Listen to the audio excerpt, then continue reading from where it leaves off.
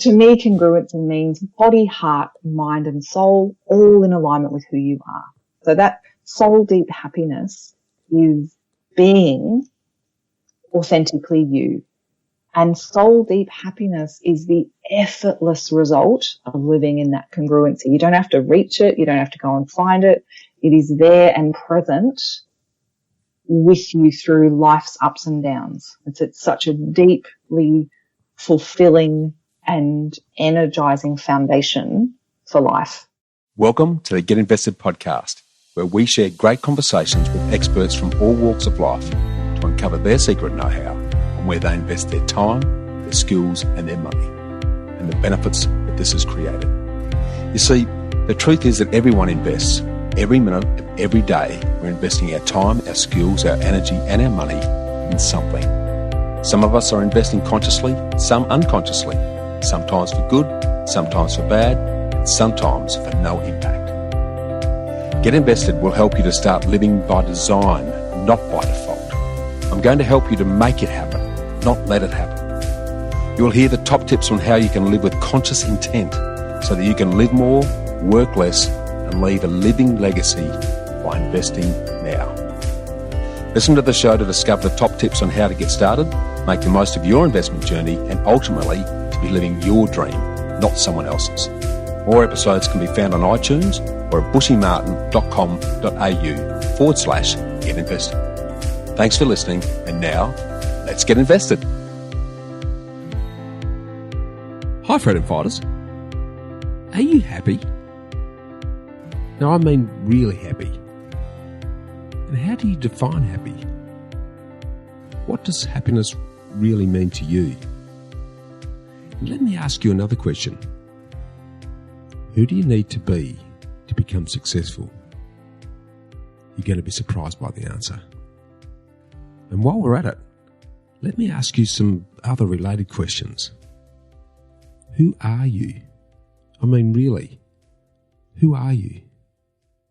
That person that emerges from behind the curtain when no one else is watching. When was the last time that you took time out on your own to give yourself the time to work this out? My bet is rarely, if ever. It's normally only when we're in crisis that we're forced to take the time to look in the mirror, and even then, many of us don't do it. So let me ask again, who are you? Do you really know? Do you want to know? Or are you caught up in the image of who you should be or who you're supposed to be? Have you been doing that for so long that you've forgotten who the real you is? Or perhaps taking the time to find out who you really are is just too confronting and too scary. So let me issue you with a challenge to take the time to find out who you really are. Because if you don't, I can guarantee you'll never find true enduring happiness or true sustainable success in any area of your life. So if you wanted to find out who you really are, where would you even start? Today's special guest can show you a unique way of finding out. Iesha Delune is the founder of Wholistic Vitality. She's a passionate advocate for personal empowerment, seeing thousands of lives positively transformed from the implementation of her principles and tools. Iesha is known for taking life's complexities and simplifying them into small, actionable changes that create emotional and circumstantial freedom. She's a professional speaker, a life coach, and she's been supporting clients now for over 20 years. Her awesome books, The Happiness Recipe, Discovering the Unique Ingredients that you need to thrive, and The Answer are must-reads and do's if you're serious about really enjoying your life long term. Iesha's got a powerful and very, very practical message to share. She believes there is inspiration inside all of us. There's a contribution we are all here to make, and we can't make it trying to fit in and be what we're not. She teaches the fundamental principles of living in our unique authenticity and cultivating values-aligned, satisfying, and soul-deep happy lives.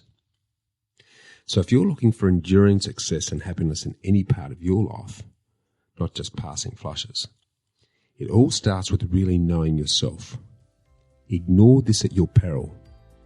So to get you started on your journey to true self-awareness and self-acceptance, enjoy this very thought-provoking conversation with Iesha Delune.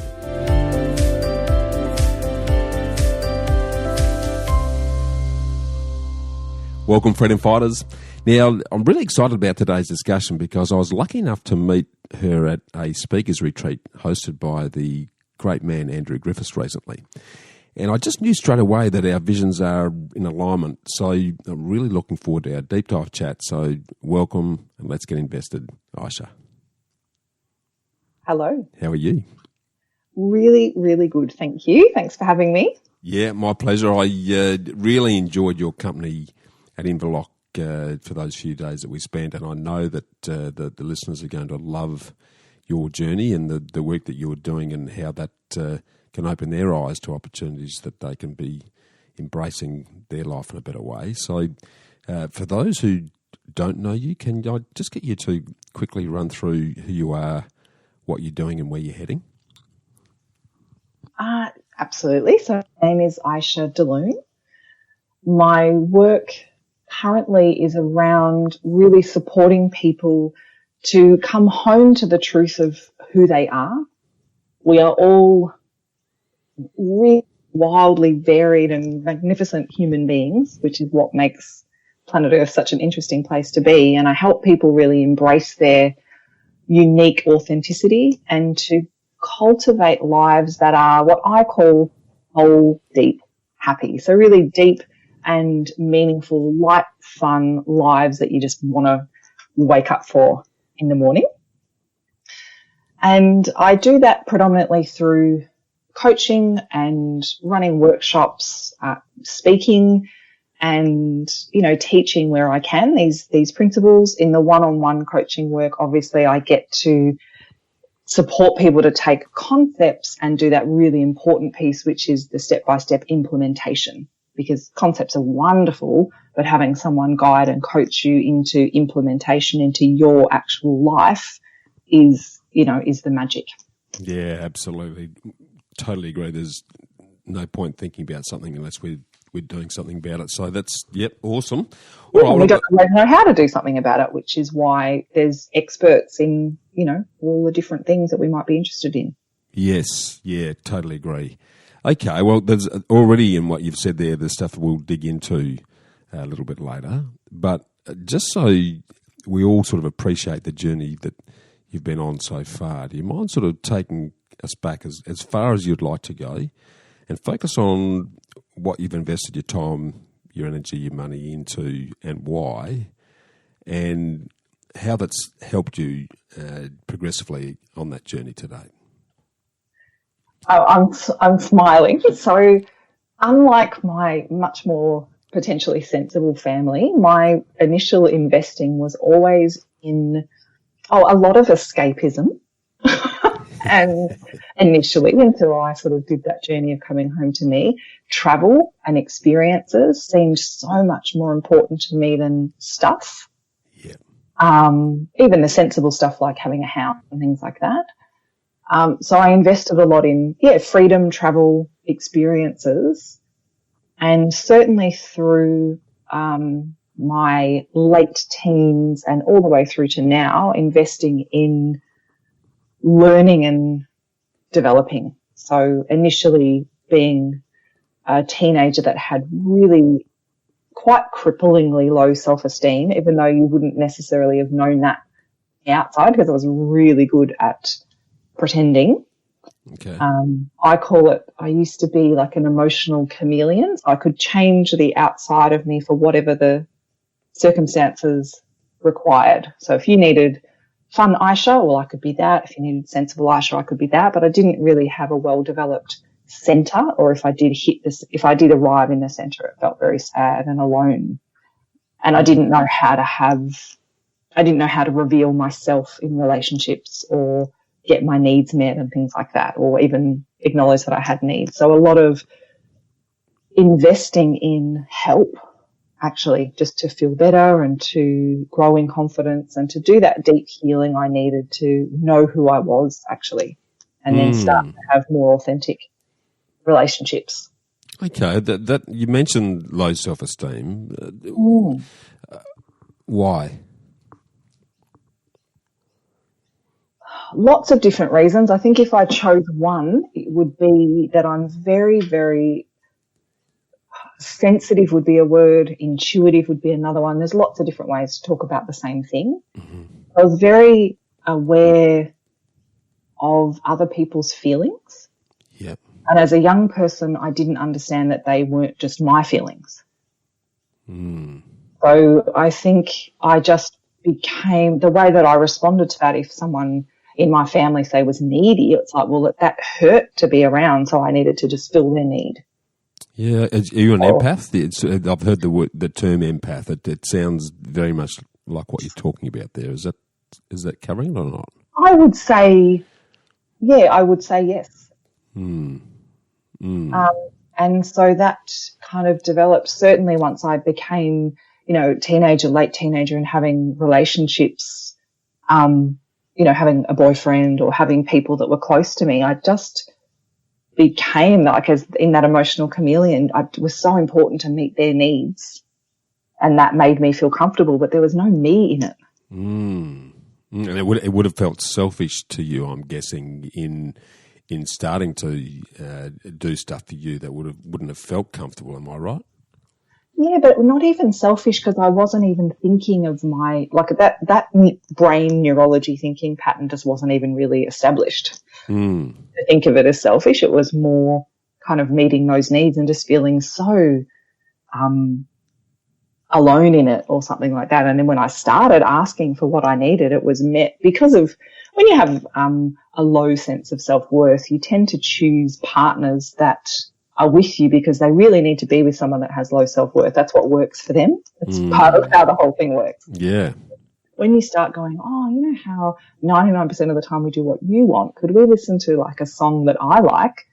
That didn't ever go well, because they would then get upset because I was changing the dynamic. Wow. And then because they were upset, I'd feel they're upset. And then it was like, I wasn't allowed to want things. So it was been a really interesting process actually of just coming home to me. And that makes it sound more dramatic than I want it to sound. It's just more... No, it doesn't. It doesn't actually. I've seen similar patterns and had similar patterns myself actually. Yeah. What turned that around for you then, Iesha? Because it's a pretty big thing to move away from and have the courage to do so. Can you talk us through the journey you went through that said, okay, I just can't do this anymore? What happened and when did it happen? So what happened is we'd need, 5 years to talk about it, and it happened over time. Yeah. And I was very blessed to have a long-term for me at that time, 7 years off and on relationship with the father of my two beautiful children. And we met when I was 26. Yeah. And that relationship taught me so much about, it began the way that all of my those patterns had begun. Even though I started my personal development journey at 19, you kind of, like I was saying, you learn concepts and then you've got to learn to apply them. And that's really been a lifelong journey for me. But in that relationship that from the outside potentially started so wildly unfair, I'm not blaming him for that. I totally showed up with absolutely not a well-developed sense of self. Mm-hmm. So that, he's not a mind reader. So that journey was really, really, that relationship I credit so much with me learning that I was allowed to ask for things, and when they don't, how do I want to put this? Sometimes not having your needs met and needing to explain it in a different way. I learned so many amazing skills in that relationship of feeling my feelings separate to his and being able to express them even if he didn't agree. Yeah. And I learned that we actually do, one of the greatest learnings from those 7 years was understanding that the way that I used to do things was a disservice to him and me. If I'm not fully expressed in a relationship and sharing my hopes, my dreams, and who I am, the energy you get in a relationship when you're willing to do that and the other person is willing to receive it and share who they are is this amazing synergy. And I don't mean like a fairy tale, like it's all fabulous all the time, but I just mean here I am fully and wholly, and here you are fully and wholly, and that creates a holy with a W, I mean, not a religious holy. It creates this amazing synergy of two people coming together and being more than they were before. Whereas when I used to shrink who I was to fit in and meet someone else's need, they were really getting a shell. Yeah. And so if I was sitting there meeting someone else's needs but feeling alone and not seen and not loved, well, they've got a partner that doesn't actually feel seen, known and loved. It wasn't actually a gift I was giving. So one of your values at that time I'm reading is probably just peace and harmony for the sake of peace and harmony, but there's limitations to that. Yeah, and it's actually not brave. And you rob both people of having a really congruent, genuinely loving connection and relationship.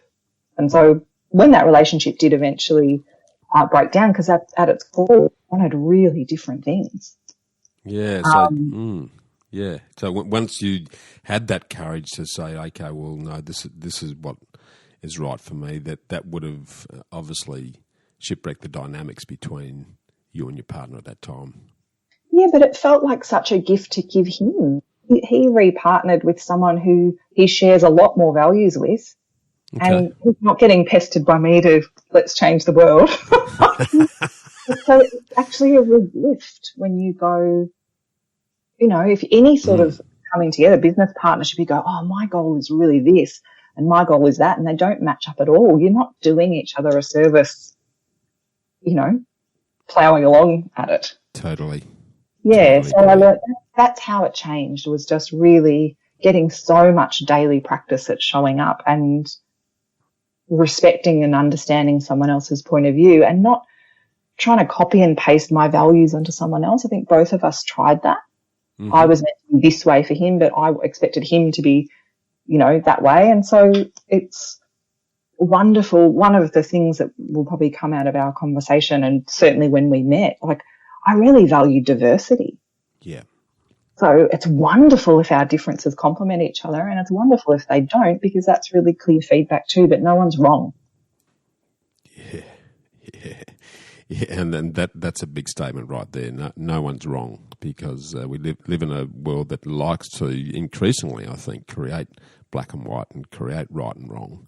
Oh, it's not. And like I said, you know, on many occasions, to me, I think of every single person in the world as a piece of our amazing universal puzzle.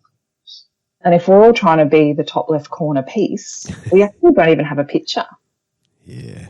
And so we need everything in that picture. And one of the greatest services we can give the world is actually to be who we are everywhere, in our work, in our relationships, in our, you know, in our decisions. It saves a lot of energy and we end up a lot healthier, and there's a whole lot of positive consequences, but it certainly in relationships makes a massive difference. And having the confidence to take the time to know who we are so that we can then be who we are. Yes. I think is one of our biggest challenges at the moment, because we're flooded with these images constantly of what we should be or we're supposed to be or blah, blah, blah. Being able to take the time out to go, well, hold on, that's really not me, and this is me is I think challenging. Is that something that you take people through with in the work that you do with them? Absolutely. And we do have we experience moment to moment feedback about how in alignment we are with who we are by the reactions we have to things. Yeah. You know, what we judge gives us feedback. What feels difficult to be around gives us feedback. What feels wonderful gives us feedback. So it's just really supporting people how to correctly interpret the feedback And some of that's mental, some of it's how things feel in our body. And that's a gift that just keeps on giving once people learn how to do that. Well, the guidance is there. We just don't know. We don't know how to interpret it. Well, I think a lot of us ignore it, actually. I mean, I saw my father kill himself. He worked himself to death pretty much, and he just totally ignored his body. Which would have been giving him really strong signals. Oh, for sure. And his body eventually broke down. He had bowel cancer and a bunch of strokes and a whole heap of other health complications that, the last 10 years he was in a wheelchair with mum's carer. And a lot of that was because it was that, she'll be right, mate, she'll be right, sort of attitude, and just kept pushing through. And I see it in a lot of people as well. And early on I was exactly the same. How do you sort of, because of, having pre-read some of your thoughts previously, the body's reaction is really just a massive feedback mechanism. Can you talk a bit more about that for us? I'm trying to think of the best angle to come from, because it's so layered and it's also very individual. Mm-hmm. So I try not to make broad spectrum comments that could end up being more damaging, because we're all so individual. But the essence of probably what's useful to say in this conversation is if you can think of an experience that you're a no for, so it might be a type of job that you wouldn't want to do, or a person that you don't want to hug, or somewhere that you wouldn't want to live. Some of us want to live in the tropics, some of us want to live in the desert, some of us want to live in New York. No one's wrong. When you think about an experience that we're a no for, and you get to know that feeling, it's often like a constricted feeling or a sinking feeling, or it's different for everyone. If I ask a whole room, people say different things. Getting to know that feeling, and there's so many people that are going out for dinner with someone on date night and they're a no. Or they're driving to work for something that they're a no for. And sometimes we need to push through. You might be a no for some unpleasant medical test, but you're a yes for the outcome. So sometimes in the short term we do things that are a bit uncomfortable for a longer term result, but I don't ever recommend anyone does that without knowing why they're doing it. And the long term result is really congruent and values aligned, and that we don't do it for 10 years. When a client comes to me and they go, right, I've got this job that I don't like, it's not values aligned, I hate the people, I hate this, I'm going to do it for another 15 years. Or, like, bing, bing. That's kind of a alarm bell. So just getting to know, and we also have a yes signal, and we have I don't know, I need more information, signal. So there's things that I can help people learn to interpret. Does that answer your question? Yeah, it does. It does. Talking about the work scenario, because I know you went through some similar challenges yourself early on. Talk to us about your work journey. So you did some travel, you did some discovery. Obviously, came back to Australia at some point in time. What sort of work? What was your work journey looking like? Interestingly, so I had, a love of money because it buys the opportunity to have great experiences. So, I always worked from when we were legally allowed to, and I did my couple of years at McDonald's, even though I was a vegetarian, which was pretty funny. Talking about but anyway, I was just doing all that when I was a teenager. Love it. And I tried a few different things at uni, but, I was a no for it. And I ended up working with Telstra, and I had an amazing couple of years there really young. Like, I think it was from 19 to 21 or something like that. And I just got promotion after promotion. Like, I learned things really quickly.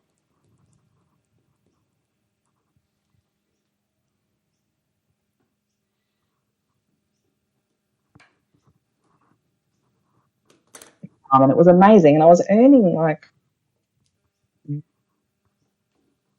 as a 19 or 20-year-old 25 years ago or whatever. Like that was like much more than any of my other friends were doing.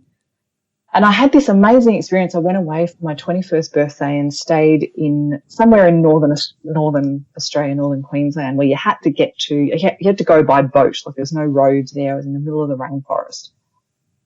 And I'd been there like half an hour and felt like I'd been there a week. Have you ever been somewhere like that? It was like, so relaxed. Yep. And I had this absolute epiphany of where my life could go if I kept doing what I was doing. Yeah, okay. I knew within a year or so, like I'd buy an apartment and I'd be doing this and I'd be doing that. And I saw this line of life development and it horrified me.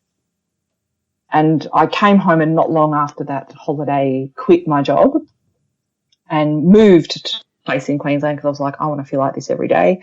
And then began this process of traveling and exploring and learning and all of that. And then I had, administration skills and all of that. So for many, many years, I just did whatever, signed up with a local temp company wherever I was and just used my, skills and just did administration jobs of all different kinds, or customer service and all of that. Until I really landed back in Melbourne when I was about 26. Yeah, okay. And during that time, you were sort of going through this sort of reflection process. You're paying the bills and loving life, clearly, given what you're experiencing there in Queensland. What triggered the move back to Melbourne? I was living in Darwin at the time, and I was working, seeing clients, and I also was working, funnily, for an outsourced arm of Telstra. It was back, Telstra was selling off all their different sections. So I was working for, in a corporate environment up there. And a friend of mine in Melbourne got ill. She was actually previously a teacher of mine in one of the healing modalities I'd learned. Okay. And she had no family in Melbourne. And it just broke my heart that she would be on her own in the last months of her life. So I was like, okay, I moved down I came down to come and see her, and then I just went back and quit my job, and I was her carer for a year, which was much longer than I thought it was going to be because I was always prepared for her. She was so unwell.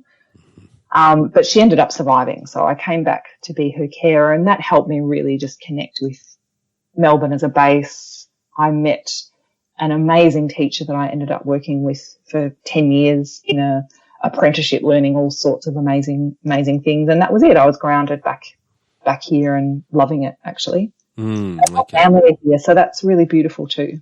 Yeah, exactly. And that teacher that you spoke about, it sort of opened your eyes and started you on the journey that has taken you to what you're doing now? Oh, absolutely. And so much more. I think a lot of us that do this kind of work, we live our work. Yeah. So it's kind of, you go back. So to me, it became, coming back to Melbourne, it was time to implement everything I've learned. Actually, let's make it part of my life. Let's pull it all together. And I was seeing clients with the modalities that I'd use, but it was time to really make use of it to improve my, my three-dimensional life, my relationships, where I was living, and moving forward into running a business, which, I was so encouraged by this teacher to do. So it was time to implement and not just learn, but, time to do and share and give. Because the learning can become its own form of procrastination in a way, can't it? Oh, it can. I just need this one more qualification for blah, blah, blah. Yeah. Yeah. And tell me the interest in investing your time and energy in that learning to become a coach or a healer, or there's a 1,000 different shades of that type of guidance. Yes. Where was the interest? Why were you interested in that? I was interested from a young age because I wanted to heal me. Mm-hmm. I was very, very blessed to have an accident when I was a child. It happened when I was 10. I had a horse. And we had a horrible accident. I turned 11 in hospital and I had to learn to walk again. And it was all very big and painful and dramatic. And it caused a lot of complications later on. Yeah. Luckily, the surgery went better than could be expected. They didn't know if my leg was going to grow beyond, 11-year-old size, and everything went right. It was like, blessed. So it all went as well as it could be. I had all of, just pain and complication, which meant as a teenager I got introduced to, in desperation, my poor mum reached out to like a homeopath and, all different sorts of things to help me with this pain that wouldn't show up in Western medicine type tests. Yeah. And so from really young, like 14 or 15, I understood there was this whole world outside of just one way of thinking. And I had such an amazing result. I was like, I want to be a homeopath, and then I wanted to be a naturopath, and then I wanted to be, my first qualification was as a massage therapist because I loved how touch and presence with a person actually did so much healing emotionally. And I did that when I started that training when I was 18. So I guess then when someone's on a massage table and they're feeling better, then they tell you things. And I was like, I want to be a counselor and I want to be able to do that. So it was my own interest in healing me, and also really the people I've worked with letting me know what they needed. And I was like, yes, I want to have that skill so I can help. I think for many, many years I wanted to be a one-stop shop, and now I realize no one person can be the one-stop shop. And so, synergy becomes really important. But it was really a combination of what I needed for me and what I saw out of the work that I was doing, going, it would be great to have skills.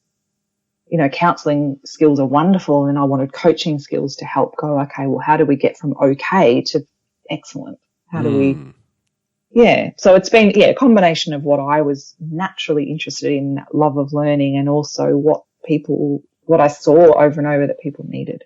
Yeah, okay. So if I was someone who came to you today, Iesha, and said, I need some guidance and direction, one, what sort of person would I be, and two, what would your approach be to starting to help me on my journey? Well, the first step of working with me, like lots of it is some kind of discovery session. So you and I would be looking at each other online, or would be on the phone, and I'd be asking you lots of questions. Yeah. Because you might come to me because there's a relationship problem or a health problem, or you're just a bit listless and are like, is there more than this? Yeah. Or you achieved this great goal that you thought was going to change your life, and you've arrived and you're like, nah, it's a bit meh. Like it could be all kinds of different reasons. Yeah. And so we'd ask a lot of questions because it's important that we meet the need you came for. Yeah. That's really important. And often, those goalposts might change. You might want something that's quite three-dimensional, and we end up deepening that process so that it's really about, what you were saying before, getting to know, who am I really? Who I am isn't about what I do. No. It's who I am. Yes, exactly. And then if I can help you land in who you truly are, and understanding the wisdom and the feedback of your body, and then we can pivot you in a direction that's going to be really enlivening. It's not, people don't end up having to do more. They just use the same amount of time and often less energy to do things that are really congruent and aligned, and they just feel more alive. They're healthier. Their relationships improve. Their relationships improve even if they didn't come for a relationship thing. Yes, exactly. Because that congruence that you talk about. Let's dive in there, because it sort of overlaps into the whole happiness subject, which absolutely, given your fantastic book, The Happiness Recipe, probably a good time for us to dive into that a little bit. Yeah. And let's start with happiness, because it's a word that gets bandied around willy-nilly. Yes. Probably one of the most overused words in the vocabulary, I think. Let's put some definition around happiness in terms of how you see some people perceive it and how you see it. Can you talk to that a bit? Please. This is one of my favourite things to talk about. And to me, it's really important that the conversation becomes practical. So, concepts are great, but if they become usable, then they actually can change your life. So, to me, I explain to people when we talk about happiness that there's two types. I think that's probably the most important thing to know. The first type is surface happiness, and this refers to your kind of state or mind and mood right now in this moment. So surface happiness we can generate with anything that shifts our chemicals. So you go for a run and you get a rush of endorphins. You know, have a hug. There's all that research. If you hug someone, you know, for 45 seconds, you get a hug of, you know, your oxytocin levels. You might have a great night out laughing with your friends. You might buy a fabulous outfit and feel good. So that's surface happiness. Yep. The second type of happiness is what I call soul deep happiness. And if soul's not a word that you're particular to, it's thinking about true values alignment and living with congruency. So congruent, if you looked it up in the dictionary, if it's not a dictionary, I didn't write. To me, congruency means body, heart, mind and soul all in alignment with who you are. So that soul deep happiness is being authentically you. And soul deep happiness is the effortless result of living in that congruency. You don't have to reach it. You don't have to go and find it. It is there and present with you through life's ups and downs. It's such a deeply fulfilling and energizing foundation for life. Which means getting to really know who you are as a foundation for that, yeah? Yeah. How do they do that? How does someone who gets caught up in the hustle and bustle of our fast-moving world go, hold on, I really need to understand who I am? How do you help them with that? Well, again, it's going to be quite individual. So, and where we start is going to depend on what's happening in their life, what's draining their energy, what's upsetting them the most. Yeah. So some people come because they're noticing they're just much more cranky, and I could use other words, but let's just let's be polite. Yes, than they would like to be. Yeah. And anger is wonderful feedback. Anger is either a mask for other emotions. So anger is like hurt's bodyguard. So we're either avoiding the real emotion, or someone has violated our values. So anger correctly interpreted is life-changing. So it might be maybe they're crankier than they want to be. It might be that do you know what I mean? They're doing the do, but there's no joy in it. And so we have to look at our circumstances, and I mean physical circumstances, you know, financial, what it's like inside our head every day. Yeah. Gives us really good feedback. So we would start with what's actually happening. And it's very easy for me to see when people are in alignment and when they're talking themselves into things that aren't really. Yeah, how can you read that? Do you mind sharing that? Well, it's that empathic skill. Some of it is that deep knowing, because I'm so able, even on a phone call or online, to feel how people are feeling. That's an amazingly useful skill to have. Yeah. And the wording is very different, you know. Yeah. So I'll give you an example. It's probably not the best one, but it's just the one that's popped into my mind. I was talking to a client recently who's coming to the end of a 5-month package I do, which is very high touch, and it's, you know, a great transformation. And I was giving him some feedback that when he started, when he would talk about his wife, he would always say things like, I've explained to her, I've told her, I've let her know. One directional communication, yeah. Yeah. And he was deeply wounded about the lack of intimacy that they were having and the state of affairs, but completely unable to see the role that he was playing in why she wasn't jumping into bed at night going, oh, goodness, so attracted to you right now. So the feedback I was giving him is, you know, we'd had a couple of weeks and he was saying, oh, I talked through this, or, you know, partner and I, you know, we spoke about that, we shared about that. And I said to him, let me just give you some feedback about what's changed. It's a little example, but the words people use give me great information. Yes. So when someone's doing their work in the world, whether it's paid or volunteer or whatever it is they're doing, when it's values aligned, the words are very different than when someone is fulfilling an obligation or just getting through or counting the days to retirement. It's, the words are different and the energy is different. And I don't mean a woo-woo kind of a thing. No. I mean their own personal energy levels, how much get up and go they've got, how they feel is very, very different. So yeah. I'm trying to remember what your question was. How do I do that? So part of it is by really listening and receiving someone. Yeah. So few people are actually seen. Like my whole job is to see and understand someone and help that make sense to them. Is that to some people that'd be quite confronting? Yeah. So the way I guess you communicate that to get them to one, see, and then two, accept that as a starting point must be challenging at times, or is that something that comes naturally to you as well? It comes really naturally. It's easy. We usually laugh.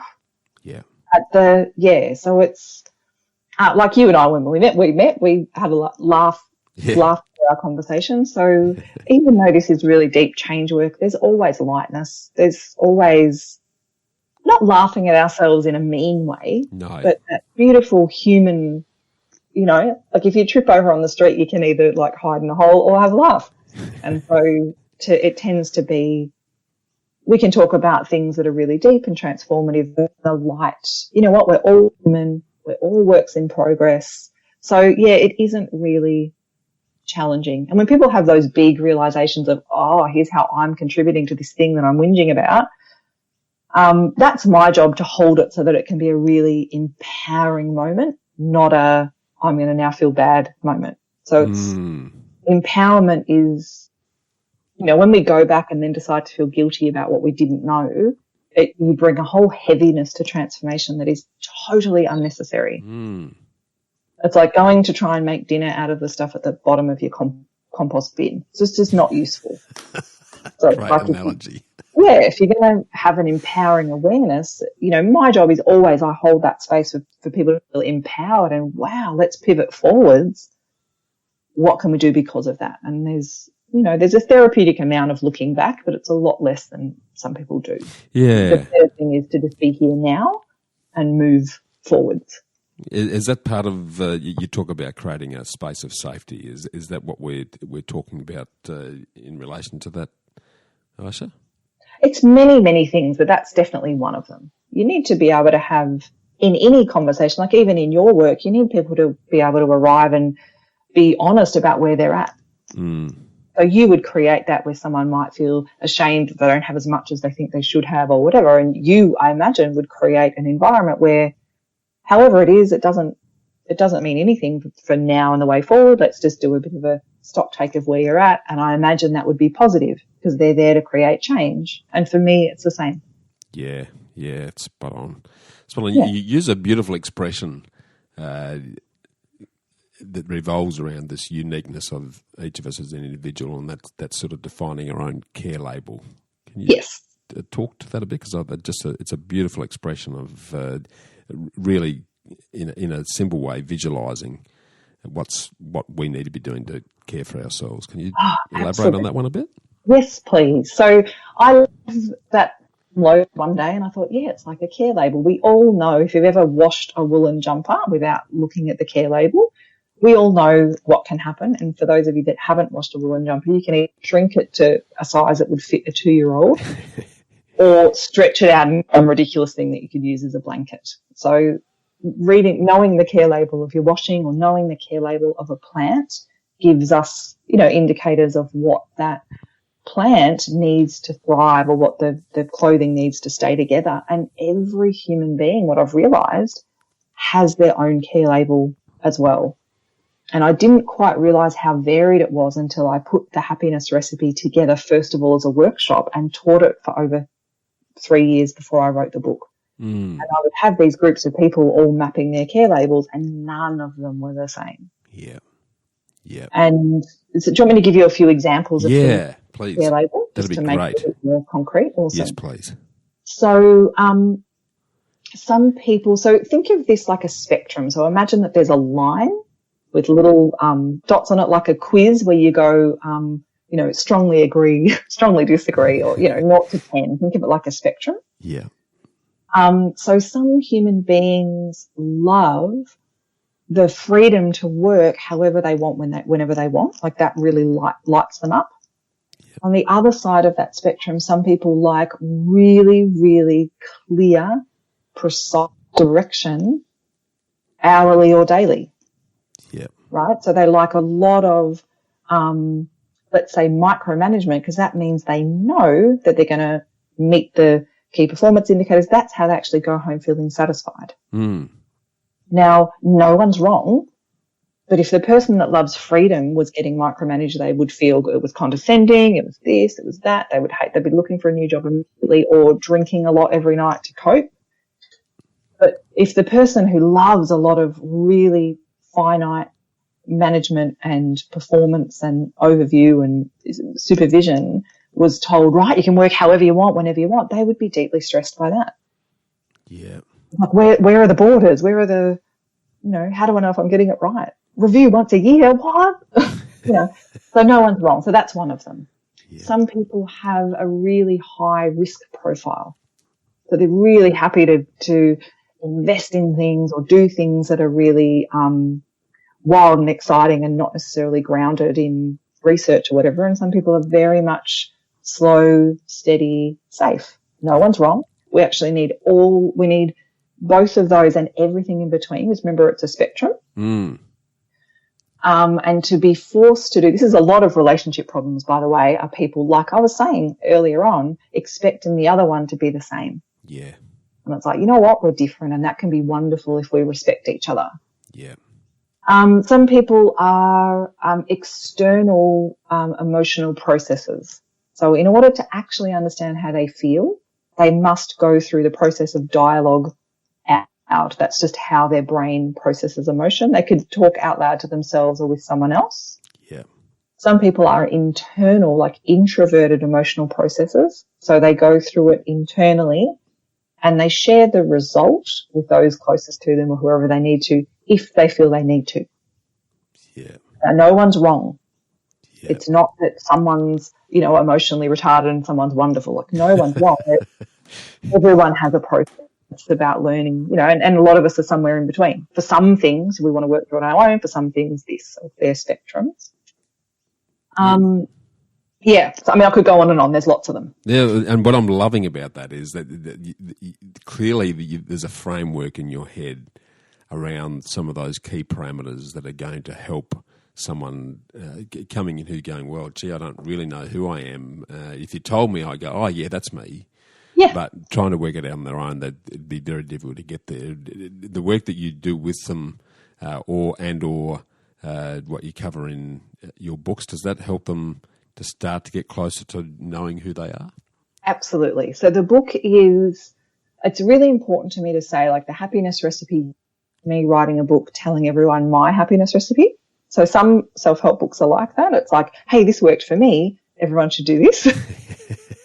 The happiness recipe is effectively the workshop in book form where it's teaching you how to map your own happiness recipe. So it goes through, how do you elicit your key values? Knowing what you value is priceless for deciding how you invest your time and your money and your energy. So it gives 3 different ways to elicit your values, and together that forms a really good picture. It gives you the tools to map your happiness recipe. It teaches how to, how to correctly interpret the wisdom of your body. So there's a lot of tools in it. It's a practical book. Awesome, because once you really get to understand who you are, circling back to what you were saying earlier, you're then in a much better position to know what to say no to and what creates a space to say yes to the right things. Oh, absolutely. Absolutely. And if you're saying yes to something that you're a no to, a lot of people compromise in their relationships or at work or at home without ever letting people know what their process has been. So it sets up this situation where people are, like, I'll give you a silly example. Let's say you go to me, hey, Iesha, Or let's say you're my brother and you go, hey, let's go to the football. And I go, yeah, you just assume that I also want to go to the football. Of course. But if I'm doing you some huge favor because it's, you know, it's your birthday and I love you and football isn't really my thing, but seeing you makes me really happy, that's a very different thing. You still go, but you're not setting up this expectation that you're going to go every week.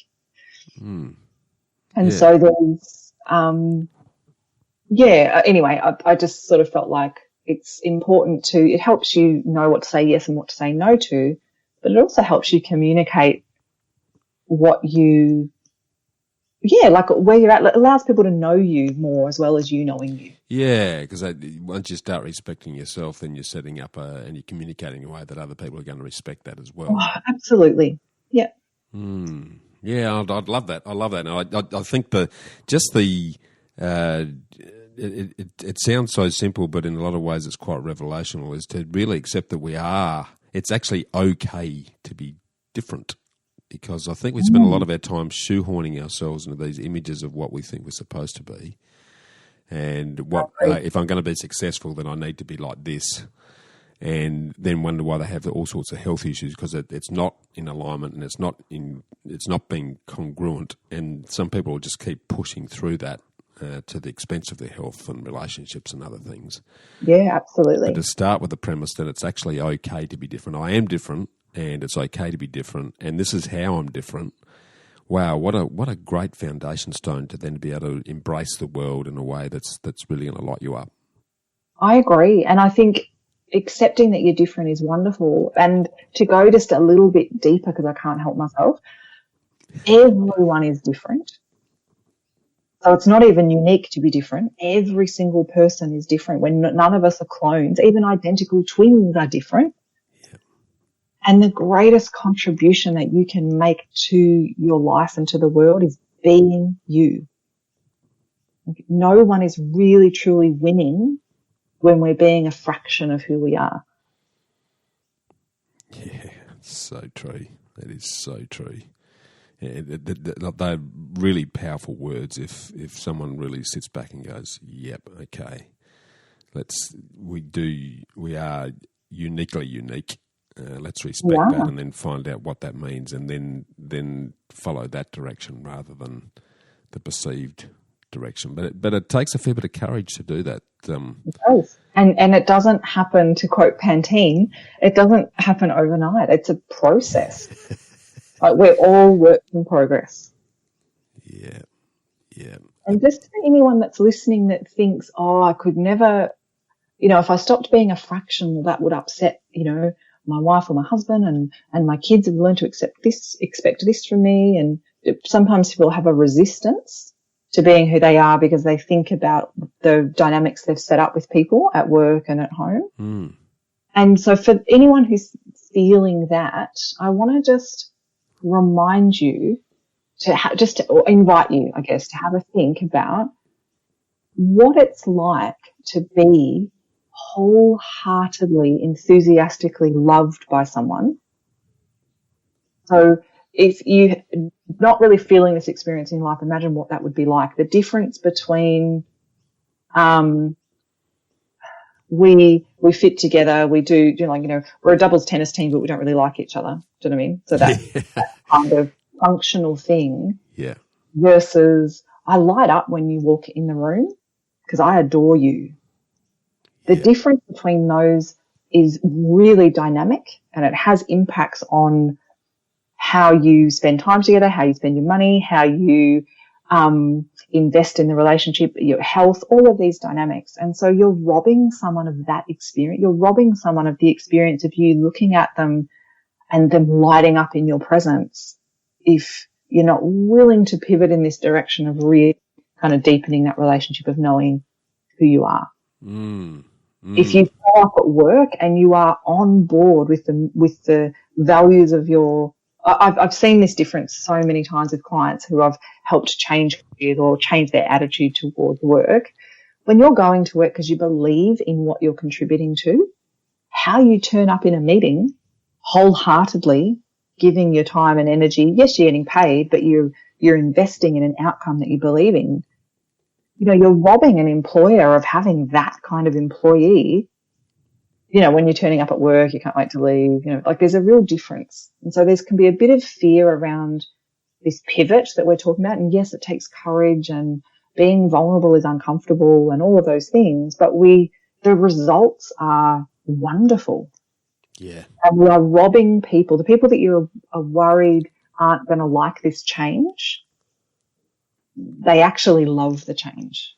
More often than not in my work, and they're like, oh, relationship's not so good. I might leave. Those relationships stay together and they're better than ever. Yes. People who think, oh, I've got to leave my job, end up staying in their job, and they're more committed, more energized. They're getting more done than ever. It's not that we need to break up with our whole life.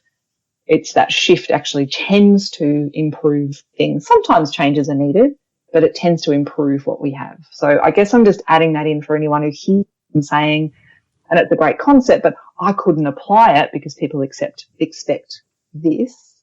That stuff slowly but surely is changeable. Does that, yeah, it's really good. That makes sense. It does, because I know in my own case, I've had a number of occasions throughout my life, Iesha, where I've thrown the baby out with the bathwater.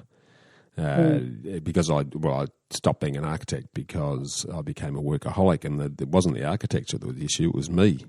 Yeah. So I kept taking myself with me and wondering why stuff wasn't changing until I did the work. And similarly, I was in a business before our current business Know-How. I had great business partners, but fundamentally our values weren't in alignment.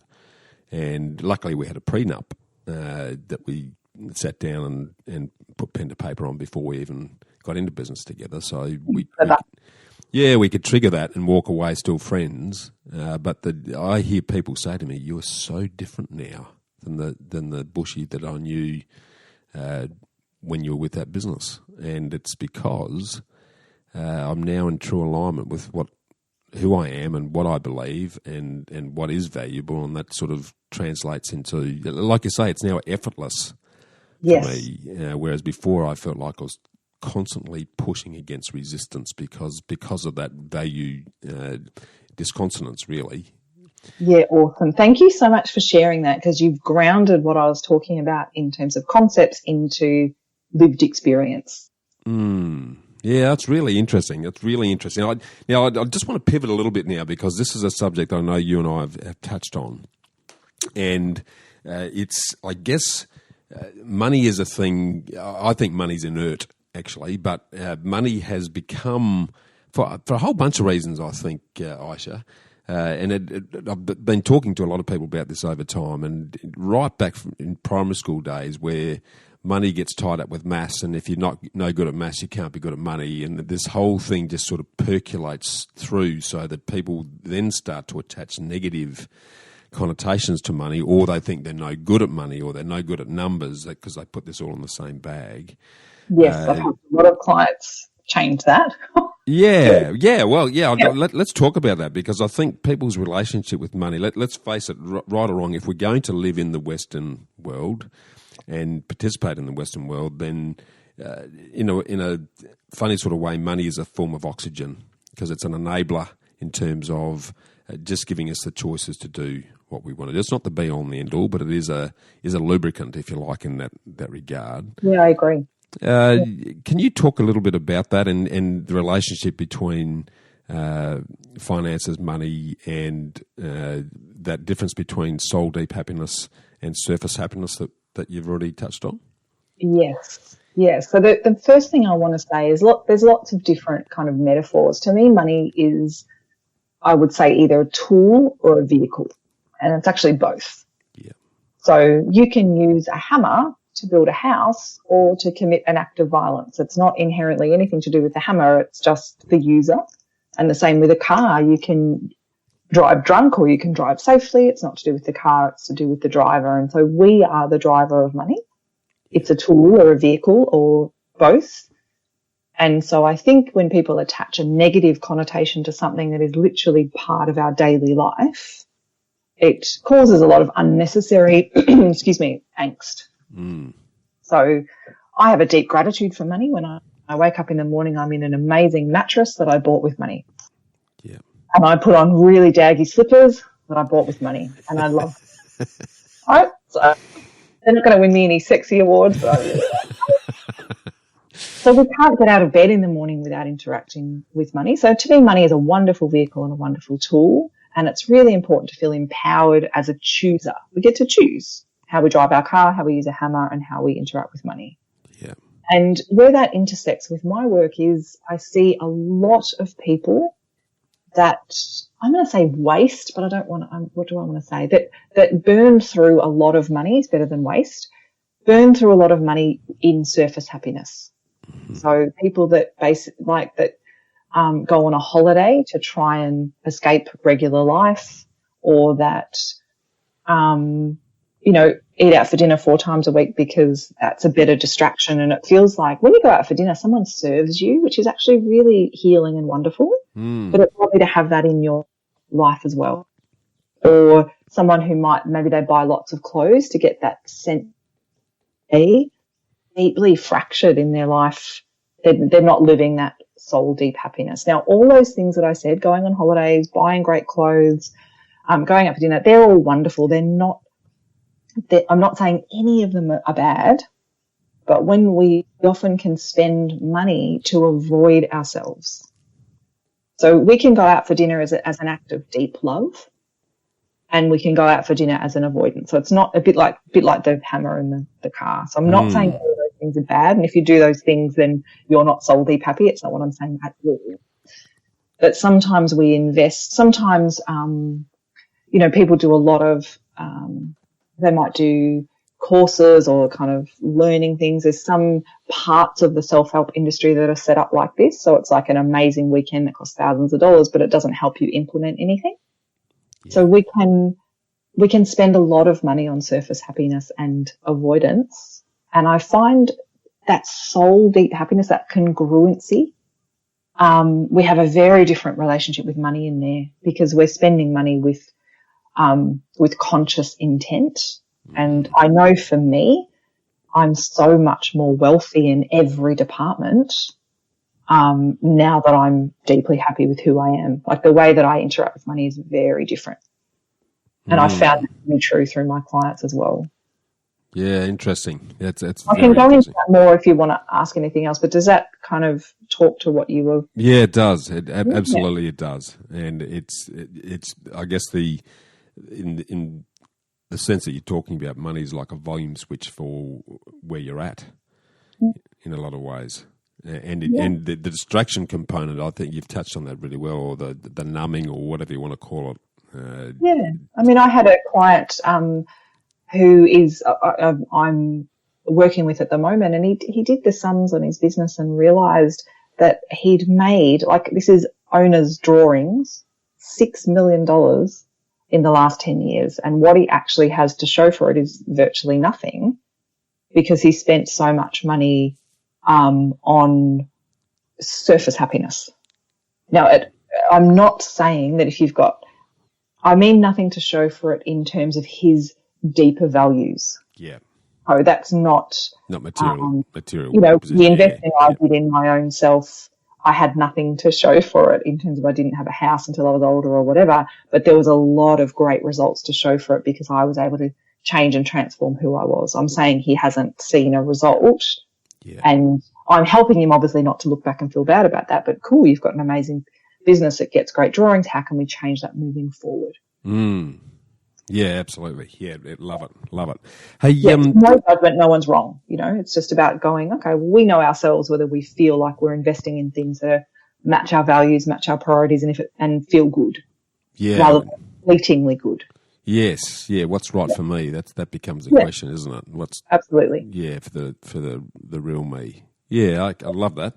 Hey, talking about, because both of us sort of touch on and have a belief in living by design. I call it living by design. I love that. Yeah, it comes under 1,000 different colours and flavours. But for yourself, if we were focusing on your picture of, and let's go down the soul deep happiness route. Yes. Can you paint a picture for us as to what your, it sounds a bit cheesy, but dream lifestyle or ideal life looks like? Oh, beautiful. Well, it looks very similar to what my current life looks like. Great. Congruence. But I feel a deep yearning for the capacity to impact and share more. Like, I feel so blessed to have learned what I've learned with the thousands of people I've worked with, and myself as my number one client that I've done the most work on her. So myself and all of the people that I've taught, and I've learned so much over the last 25 years. I feel a deep yearning to share that more. So the dream lifestyle is similar to now, and speaking more across the world. I'm very drawn to America. It's in such a polarized position at the moment, and I feel such love for people all over the world, and I want to help more people to feel truly empowered and, to use your wonderful phrase, to live with intent. I think this is how we will, person by person, moment by moment, change our world. Yeah. And so I think the solutions to every problem we're having on planet Earth are in the people, inside the people that are living on planet Earth at the moment. And if more and more people understand their uniqueness and start contributing them, it's going to have such a massive impact on our world. And so I want to make sure that I'm showing up using more of my capacity than I have been. So ideal life would be more work-based travel, and speaking more and teaching more, and having the opportunity to work with people. Like, I love it when I work with a leader of a big company, because they then take this presence or way of thinking and speaking to people, everyone underneath them. So that opportunity to work with more leaders, people that have got a vision of making the world a better place, if I can help and support them to have more energy and more confidence and be more of that soul deep happy, then they're going to make, their contribution. So I feel like there's this beautiful quote that's, we're all drops in the flood of change. Love it. I just love that. And so I just want to make sure ideal life is I'm being a bigger drop and helping the other drops. Yeah, beautiful. Love it. That's a great way to express it. Tell me, I'm a bit of a student of sustainable growth and success in all of its various forms, and I guess the common thread that I've found amongst those that achieve the sort of freedom that gives them the time to then give to others is that a lot of them invest in things outside of their business and their work, to give them that time back to then enjoy that freedom. What about in your own case? Is there anything outside of your work that you invest in with that in mind for the future? So yes, property is a love of mine. So I'm a huge property investor and developer in the privacy of my own mind, and I'm a L-plates beginner in reality. Great, love it. So I love that, and I made a very wise, sensible choice with where and how I bought my own home. And I do have just the one investment property at the moment, but I had very clear guidelines for both the properties that I've bought in terms of development opportunity and, rental returns and things like that. So I do a lot of thinking about it, and property is certainly how I want to grow that freedom base. But to be really honest, what I have been doing is investing in my skills and my business so that my income increases. Of course. They parallel. Investing in, I'm a mum. I've been a single mum for 10 years. So investing in my children, because they're gifts to the world in their own way. So I've been doing a lot of it over the last 10 years. Like, I'm so blessed with how I've been able to set it up. So being there for my children and supporting them, and also investing in my business. And that, I know that the properties I can buy will grow so much more as my children get older. Yeah. So it's been very important to me, values-wise, to be very as present as humanly possible with my kids, and I'm really reaping the rewards of that now. I bet. That they're so much older.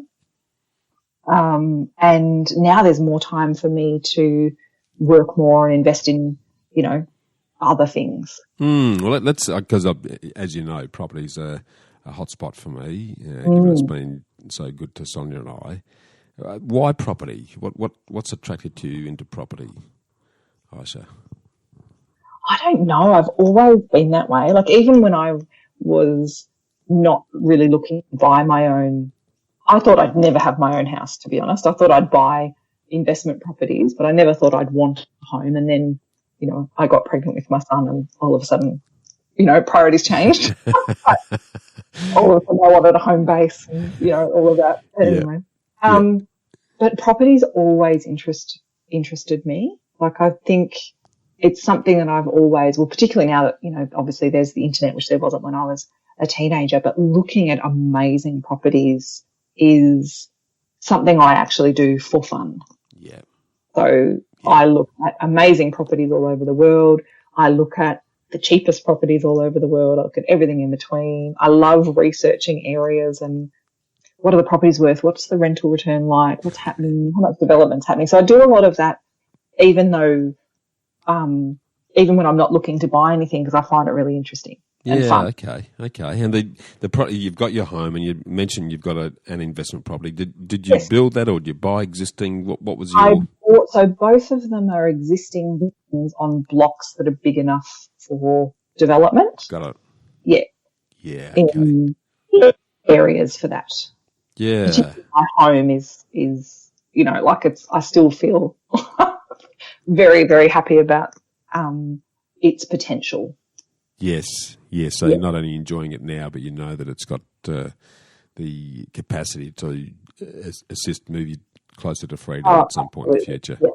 Yes. Yeah. Okay. No, that's awesome. As to why I'm so into property, I've got absolutely no idea. But all I can tell you is that I find it fun. Yeah. Well, what I love about property is if you come back to that uniqueness, every one of them's different. And there is no. I laugh when I hear people talk about the property market, because if you've got a market, you normally got a whole bunch of things that are very similar. You can compare one apple with the other apple. We're talking apples, bananas, pineapples, and avocados when it comes to property, because there is no one that's exactly the same. And that's the exciting part of it, I think, in terms of not only its investment capacity, but just the fun of property. I'm a little bit biased because I was an architect for many years, and that sort of becomes ingrained. But just the emotional well-being that you can get out of a property is second to none. One of my values is peace and tranquility, and the environment becomes very important to me in terms of design. Yeah. And that can make an immense difference to my mood depending on where I am. So absolutely, I'm really looking for. I already think of what I'll build, and so thinking about that is really fun too.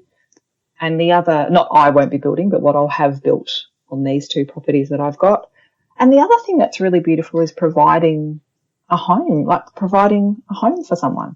Well, I've needed to be a renter earlier in my life, and there's a single mum with 3 young kids living in my rental property, and I love that I'm giving her a reasonably priced, safe home that she doesn't have to move out of.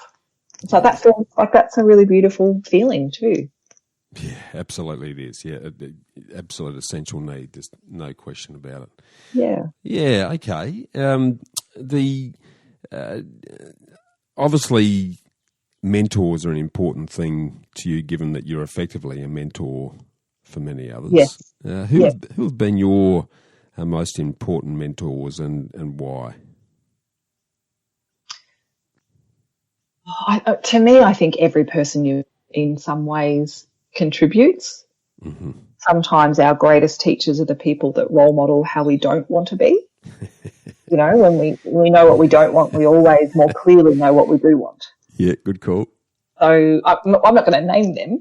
No, I'm not expecting you to. Well, then I'll be like, don't listen to the interview anyway.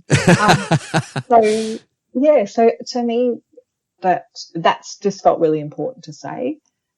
Long-term relationships. So I had a 10-year relationship with my teacher that trained in Tibet, and I learned so many amazing skills from him that gave me, I learned Qigong from him, which is slow-moving martial art like Tai Chi. Okay. Which was one of the first things I taught along with meditation, was these, incredible,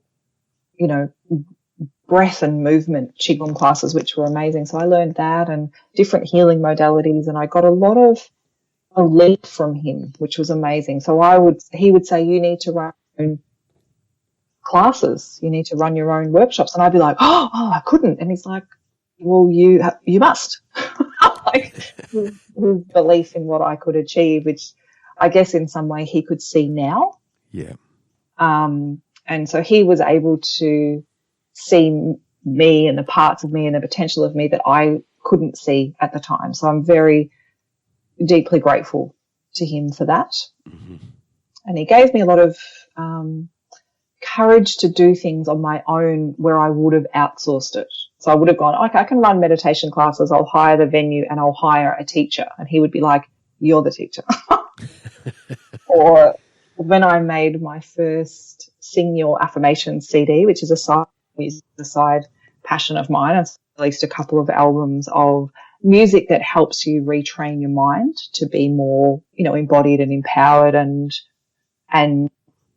authentically positive. So that's singing meditations, basically? No, they're not meditations. You listen to it while you're exercising or out for a walk. They're just basic boppy kind of songs. Love it. Because, music bypasses conscious resistance. So you can sing a song and make a feeling whether you feel it through or not. Yeah. And it's very useful for the unconscious mind. And so, with my first one of those CDs, I was like going to hire a singer, and he's like, no, you sing. I'm like, oh my goodness, I can't. I only sing in the shower in the car. Like, I can't. And he's like, yes, you can. And he made me sing in, no, he didn't make me. He invited me to sing in front of the classes he was teaching and just put me in lots of situations that helped me to grow. So deep gratitude for him. And then the second Sing Your Affirmation CD, which I absolutely love, I sung with so much more confidence. And then when I do another one, that'll happen again. Love it. And can we get those, the Singing Affirmations? Yeah. Anywhere that you get. The second one is I borrowed Andrew Griffith's idea and I called it Sing Your Affirmations 2. I'm like, there's going to be lots of them, so we'll keep it nice and simple. And anywhere that you get music, like it's on iTunes, Google Play, Amazon. Awesome. Because I've got to say that coming out of some of my darkest periods, when my marriage went belly up and I went through a period of serious self-reflection, I started reciting affirmations that I didn't even believe them to start with. It was like, no, that's my conscious mind's going, no, that's bollocks. Yeah. But it was amazing how the repetition of that over time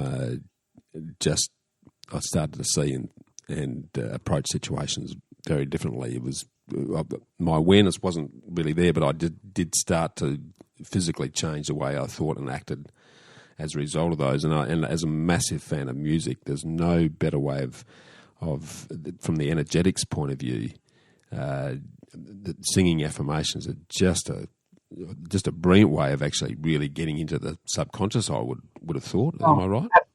Absolutely. And I'd always sung mine and I just couldn't believe it wasn't a thing. And when I did my first CD, I Googled, like no one was doing it. Why? This just makes sense to me. So that's now if you Google Sing Your Affirmations, there's more of them. I'm not saying I was the pioneer. Like I'm sure everyone has ideas and then some of us act on them, but music. So to me, if you came across Sing Your Affirmations 2 at that time, if we could send it back to you in time, it just cuts out of the bollocks, because you just kind of sing along. You don't have to think about it. It's just going into your brain. Yeah. And you don't listen to, Wish You Were Here and go, oh, bollocks, there's no one I'm wishing was here. You just sing along. So Or you go, oh, I do wish they were here, which you weren't even thinking about before. So Yeah. music just helps. Powerful. Yeah, there's a music to it. They're light and they're powerful. Most of them are set to that kind of 4/4, so it's just easy. Yeah. People find themselves just accidentally kind of singing their affirmations even when it's not on. Yes. Yes, and that memorability factor, as soon as you put it into harmony, it just amps it up beyond belief. So Yes. Powerful, very powerful. I'll make a note of it in the show notes, and I'm going to grab a copy of those because I reckon they're going to be Thank you. awesome. And I do notice exactly what you said. I notice clients that they, after listening to it for a while, I notice how they put sentences together differently, the way they refer to themselves, and the way, like, I watch it change their language unconsciously. So it's really powerful. Very powerful. Something we haven't touched on, and it's something that I'm sort of starting to hear more about, though. When it comes to change, this battle between the conscious and the unconscious mind, given that the subconscious is so much faster than our conscious mind and has already got to the answer well and truly before we've even heard the question. How does that influence the work that you do with people to generate that lasting and enduring change that they're trying to come to grips with? Well, the main thing to know and to really understand is that we don't need to fight. The moment you're fighting the mind with the mind, you're basically revving the car with the handbrake on. Like, it's just a lot of energy for not a great result. Yeah. The thing to remember is that the unconscious mind's primary job is to keep us safe. Like, that's basically what it's there to do. The reason it's blinking every, 4 minutes is to keep your eyes at optimum level for safety. So its job is to keep us safe. Yeah. And the human body is actually designed to be neutral to happy. Stress kills us. Yeah. Like, stress is meant for short-term fight, flee, freeze. We're not meant to be living in that. It actually puts a lot of stress on the body, like, to reference your dad's experience. When we're living in stress, the body's got no energy for healing, maintenance, and repair. So our entire body is designed to be neutral to happy. So if the way that I approach the unconscious mind is that our work is actually helping it do its job. Yeah. So there is a lot of willingness inside the unconscious mind to accept new ideas that help it do its job. Now, I'm simplifying something that's actually incredibly complex and different for everyone, but the only reason people hold on to really unhelpful negative thought patterns is because somewhere it's linked to survival now as opposed to long-term safety. And so when I can get, I've done a lot of training on the unconscious mind, patterns, how the brain works, how we produce chemistry in our body. I know lots about that, so I'm able to support someone to share patterns in a much easier way in alignment with that kind of neutral to happy. So again, I'm simplifying something that's complex. The body is the unconscious mind wants us to feel, relaxed, enjoying, like loving people is great energy for the body. It produces antioxidants.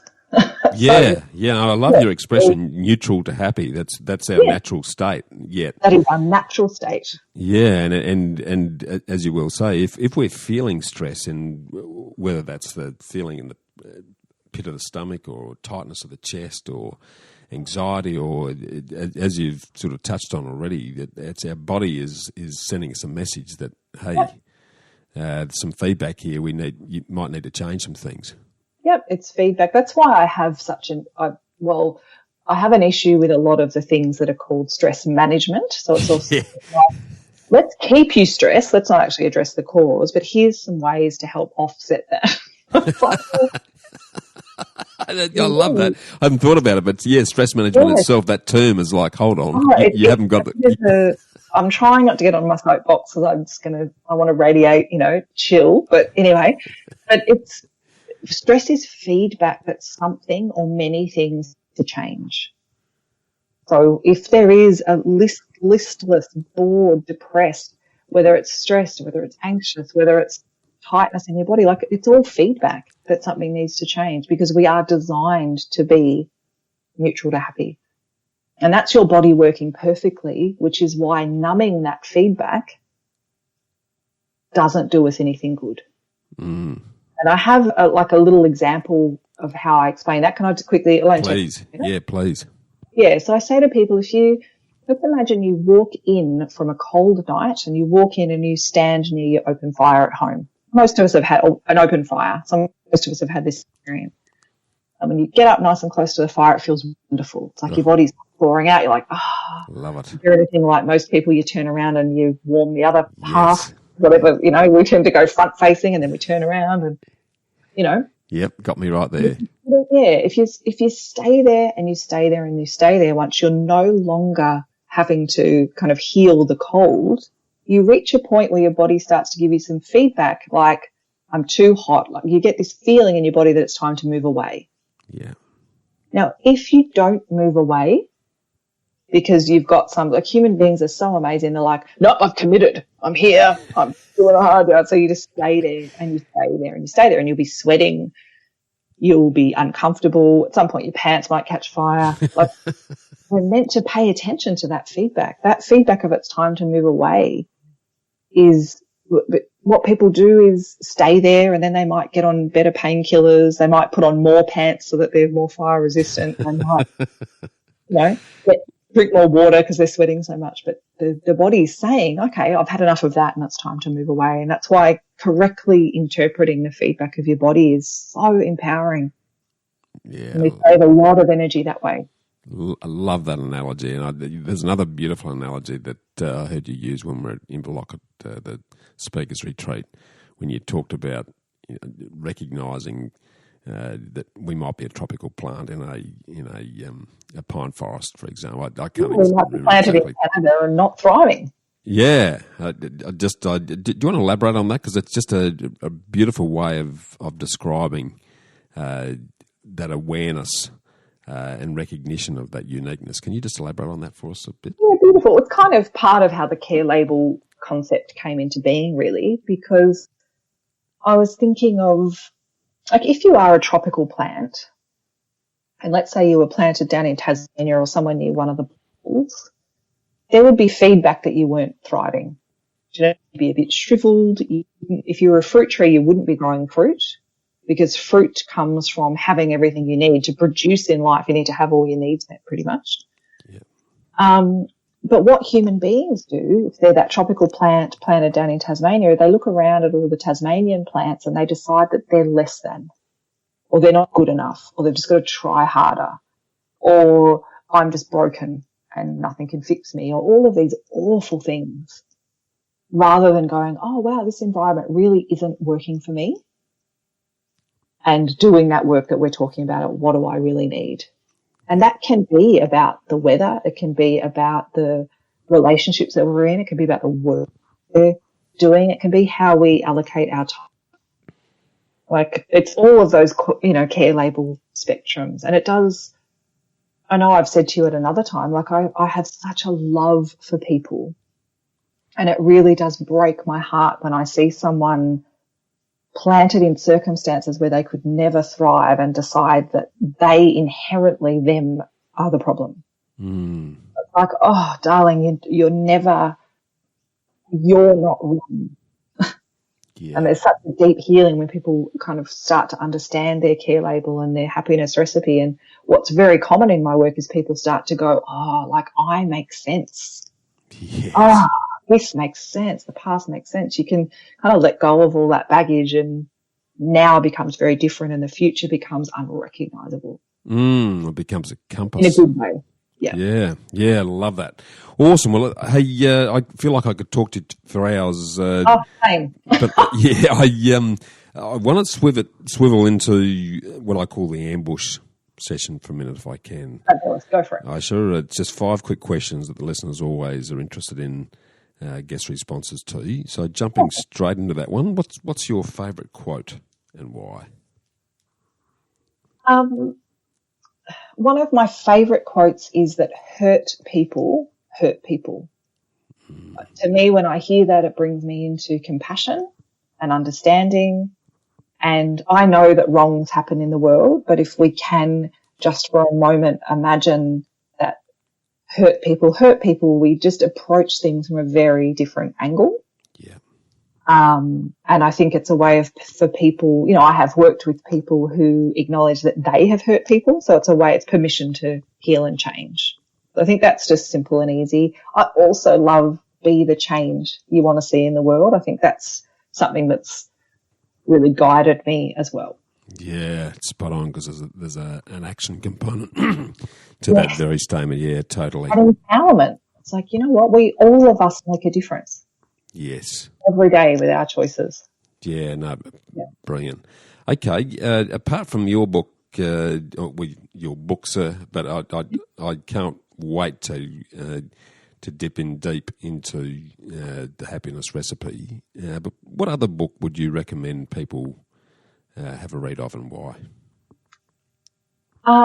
So I've got a sensible answer. So the sensible answer would be I would get into Dr. Joe Dispenza's book, Evolve Your Brain.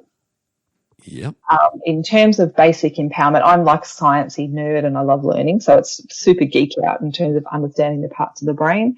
But the essence of it is giving you the tools to understand that all of our thought patterns are changeable, and all of his other books after that build on how to do that. But okay. I think Evolve Your Brain is just ace. Great. And my laugh out loud, I want to just add one other book. Please. Every human being on earth that has even a hint of the sense of humour that I've got should read anything by Douglas Adams, but particularly The Long Dark Tea Time of the Soul, because I don't know if you've read that book, but there are moments in there. Douglas Adams is so intelligent and he understands people so well. Like there's moments in that book that are so, like you laugh out loud, hysterical. I haven't read it, so you just give me one. I'm going to on top of yours because this is what I love about the podcast. I get such great books that I can then go and read because I love to read. So I haven't read that one. One line out of that book that makes me laugh every time. Please. All right. So he's describing someone. You know those days where you're really busy. He's in a line at the airport, and the person in front of him is asking all these inane questions, and he's just getting more and more frustrated. And he finally gets to the front counter, and the woman goes, you know, does the Mick, hello, hi, day, or whatever. And he goes, I've had the kind of day that makes St. Francis of Assisi kick babies.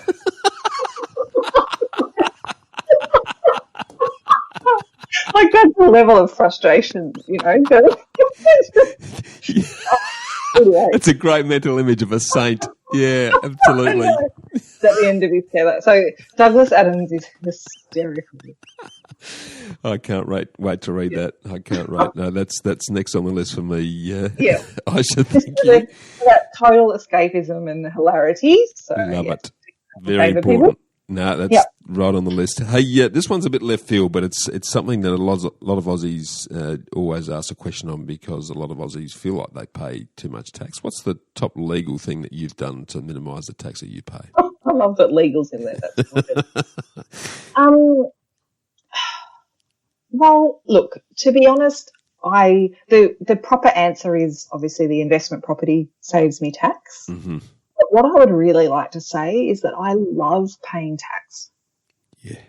It is, I look at it like I've just got my tax thing back for last financial year. And in Australia, we get this beautiful colour graph that to the dollar tells you. So let's say you've paid $100,000 in tax, right, just to pick a round figure. Mm. It shows you how much of that goes into the old age pension, how much goes into hospitals, how much goes into education.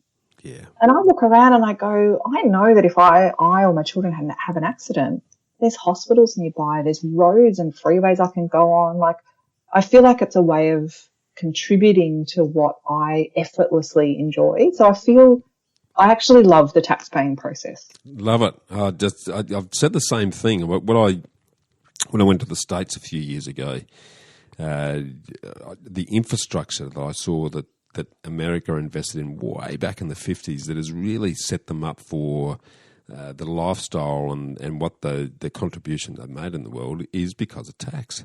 And I often hear Aussies talk about, I'm paying too much tax, but if we want to enjoy the lifestyle that we do, and let's face it, we've got the best lifestyle in the world right here, right now.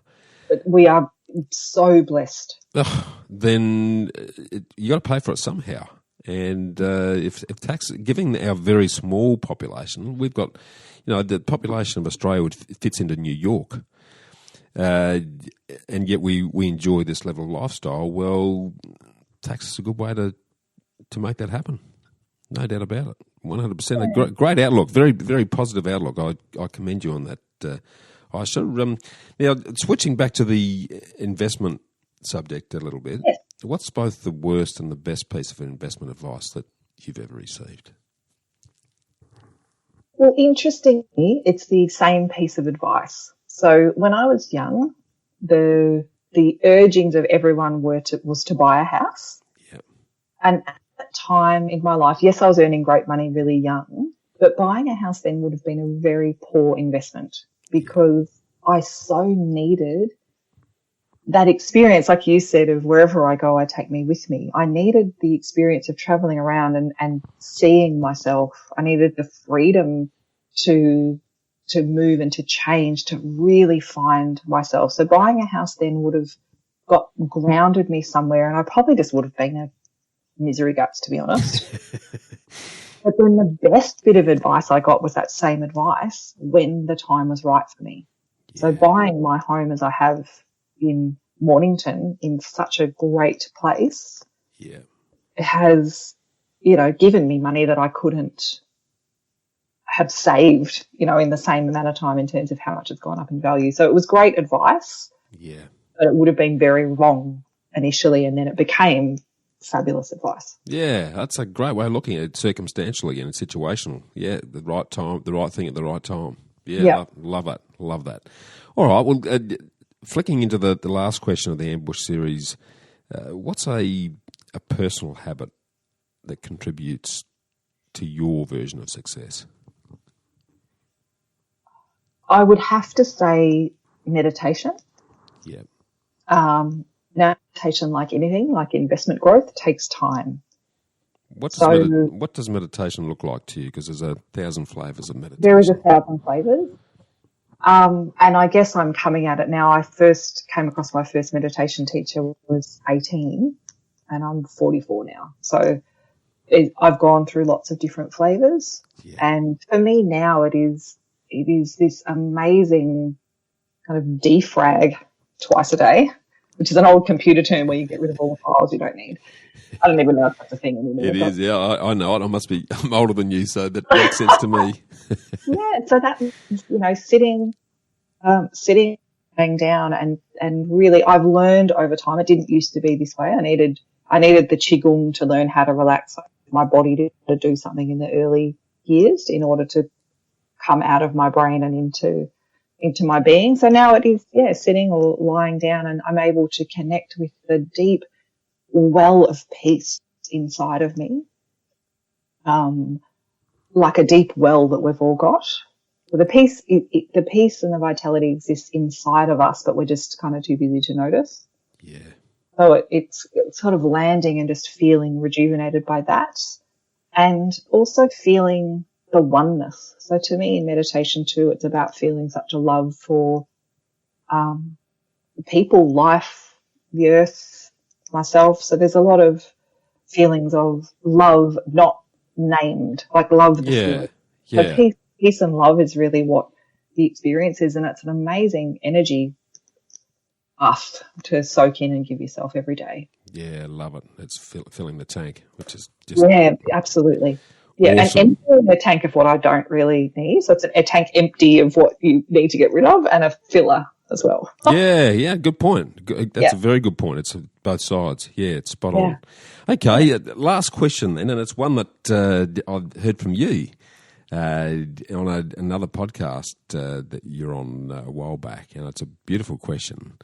If I was to give you a microphone that would speak to everyone in the world, and you had 1 minute to communicate your message, what would it be? that you are powerful, that you have everything you need inside of you to fulfill every wish that you have inside of you, that every moment of every day you get to choose how you use the amazing tool of your mind and your body and your energy to invest in what lights you up. And I would love for you to love yourself enough that matters, to love the world enough and people or your family enough to make the contribution that you're here to make. So everyone is powerful. Everyone has something to contribute. Human beings are amazing, and so are you. Brilliant.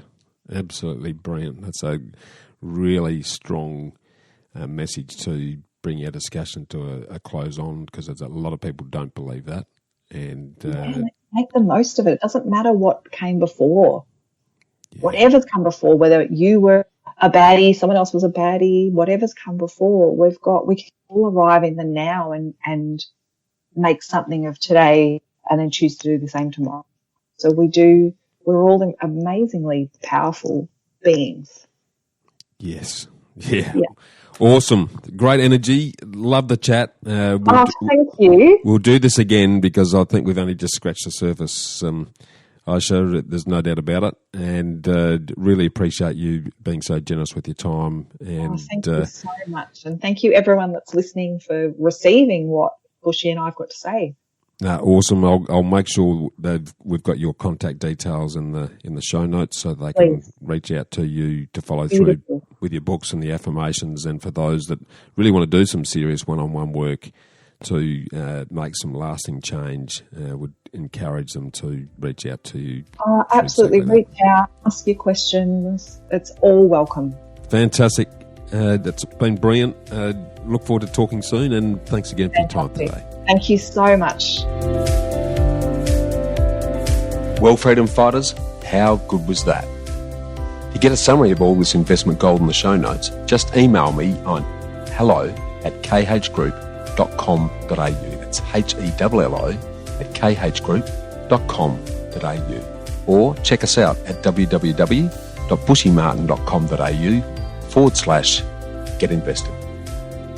I look forward to joining you next week for another episode of the Get Invested podcast. So thanks for listening, and as always, dream as if you'll live forever and live as if you'll die